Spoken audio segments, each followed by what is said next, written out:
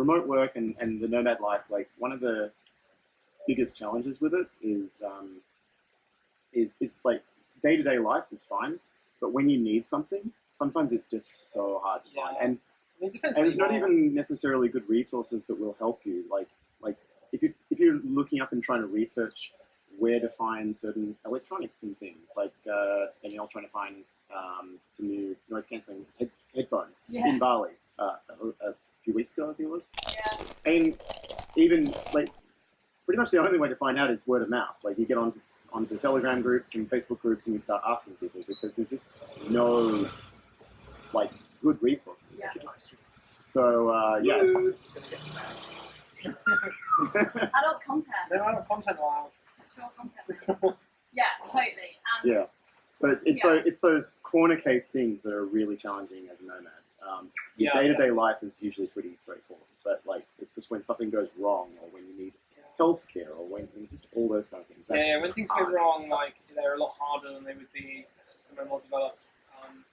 But there are workarounds to that. Having a good community around you helps. I was back in the UK recently, right? And healthcare is a serious one, but a bit more of a sort of I guess a superficial thing that you really sort of miss when you kind of leave the kind of first world areas. It's like Amazon.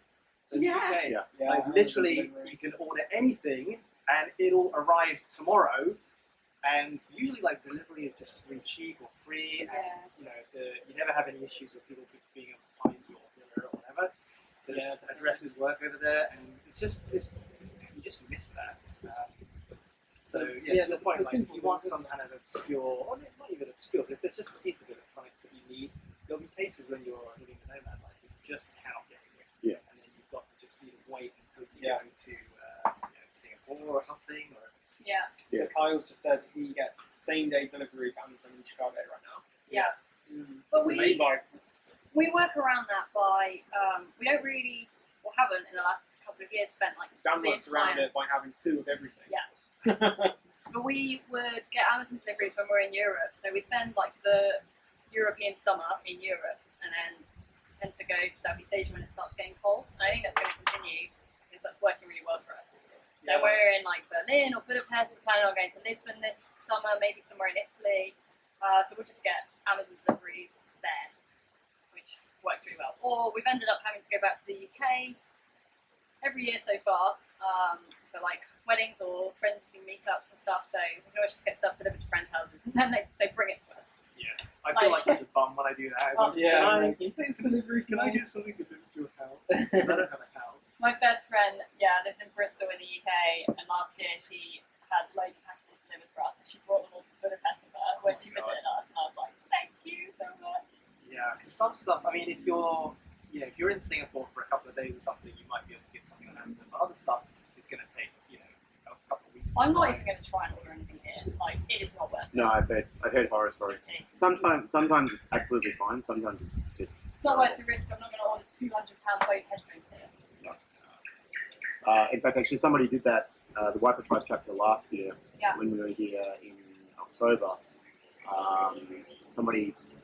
Exactly that. They ordered some QC21 Bose headphones. Yeah.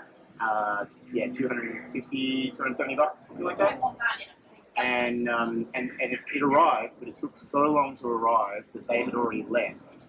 And it was just lucky that because it was Wi-Fi Tribe, like there's a couple of people that were staying a bit longer, and they were going to be, but it ended up being that they had to. So a couple of the members from the chapter collected the package. We're going somewhere else, met with someone else from Wi-Fi Tribe, handed it over to them, and then they took it to the next place and finally handed it over. It took like a month and a half. System. Yeah, pretty much. Like it's just basically. You put that on the website.